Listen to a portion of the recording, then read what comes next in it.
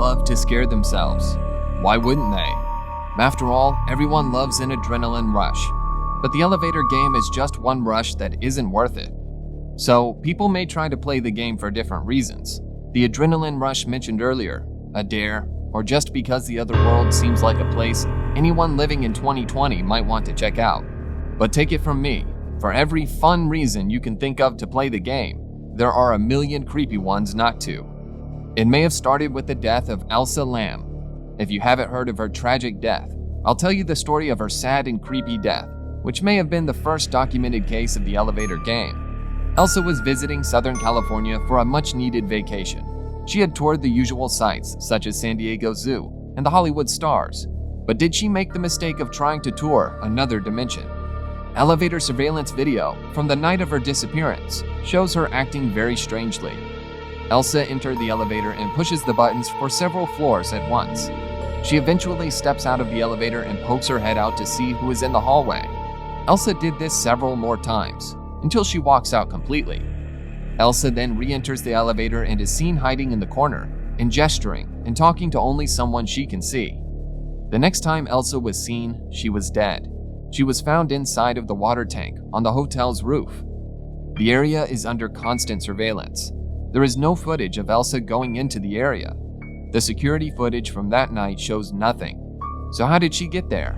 Was she playing the elevator game? No one knows for sure, but I do know that I play the elevator game, and I wish I hadn't. I read the instructions on how to play the game, and I become convinced that the game was not real. But I do like reading about true crime stories, so I decided to check it out for myself. Could I figure out the mystery of the elevator game, and also maybe the death of Elsa Lam? So, I found a building that has an elevator, but not a lot of people hanging out, and I took careful notes of how to play the game. This part is important, because if I didn't follow the rules of the game, how could I prove it wrong? The building I chose was a fairly new one. I didn't want to creep myself out in an old elevator, so I waited for the right time to play and followed the steps. First, you enter the elevator on the first floor, and you have to be alone. If anyone gets on with you, the game ends and you have to start over. Then press the button for the fourth floor. Even if things start to feel creepy, do not get out on the fourth floor. When you do get there, press the button for the second floor. When you get to the second floor, stay on and press the button for the sixth floor. You're going to stay on the elevator when you get to the sixth floor, and then press the button for the second floor again. When you get to the second floor, push the button, don't get off. This is when you push the button for the 10th floor, and this is also when things got creepy for me. At this point, I started hearing a voice calling to me from the second floor. Once you get to the 10th floor, it's time to push the button for the 5th floor. Up until I got to the 5th floor, it was easy to ignore the creepy feeling, and I could even tell myself that the voices I heard were just people outside the elevator. Then I got to the 5th floor. The floor the game instructions say is the one where a woman may enter the elevator. The instructions were clear. Don't look at or talk to this woman, even if she looks like someone you know. The problem was I was so doubtful of the game at this point that when the woman walked in, I just was standing in the middle of the elevator and immediately made eye contact. This was my big mistake. I should have been standing in the corner of the elevator, but who knows if even that would have saved me. I tried to tell myself the game wasn't real, and it was just a coincidence that a creepy woman walked into the elevator at the exact time that the rules of the game said she would. She started telling me there had been an accident on the 5th floor, and she wanted me to go back with her and help. It was weird, and I was starting to get creeped out, so I didn't answer. She repeated herself. This time, louder, she said, "Hey, there has been an accident on the 5th floor, and we need to go back." I ignored her again. That was when this tiny-looking lady got pissed. She screamed this time. "Hey, I'm talking to you. We need to get to the 5th floor." I moved to the corner of the elevator, as far from this deranged woman I could get. The elevator was moving so slow. It felt like the elevator was moving, but we weren't getting to the first floor. The next thing I knew, the lady went from screaming to crying. I'm not a monster.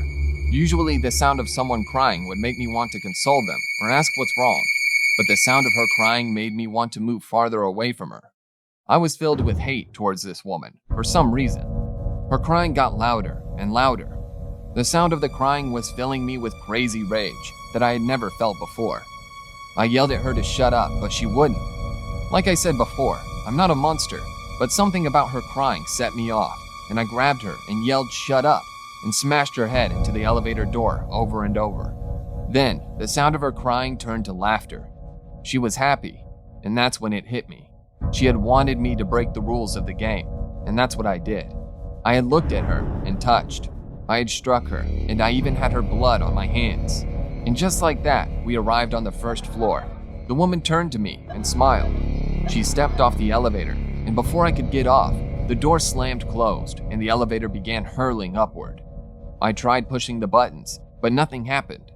The elevator was moving faster and faster. I could hear moans and screaming that sounded like they were coming from inside the elevator, but I was all alone. And then suddenly, it stopped on the 10th floor, and the doors opened. I held my eyes shut for a moment, and when I opened them, it was just a normal floor of a building. Wow, I thought, trying to slow my heart rate. I tried to tell myself that I had imagined everything. I took the elevator back to the first floor and went home. I went to bed, and the next day I woke up, and I was on the 10th floor of the same building. There was not a soul in sight. There was no sound, and when I looked out the window, I saw nothing. Not darkness, just nothing. I jumped back on the elevator and took it back to the first floor, and ended up back in the city that I live in. I thought, okay, just my imagination. But then I noticed the girl from the elevator everywhere I go, and she is laughing cruelly. No one seems to hear me, and no one but the woman from the elevator seems to see me. This has happened every night for the last 10 nights. I'm afraid I'm trapped. I played the elevator game and I lost. I am the newest resident of the other dimension. So, please don't play this game. This is not a joke. This is a prison. So I beg you, don't play. Unless maybe, if you play, I will be the person you see on the elevator, and you can take my place as the Hell Dimension's newest resident. I hope you enjoyed this episode of Scary TV, and if you want to see more creepy, paranormal, or just downright scary TV, don't forget to hit like and subscribe.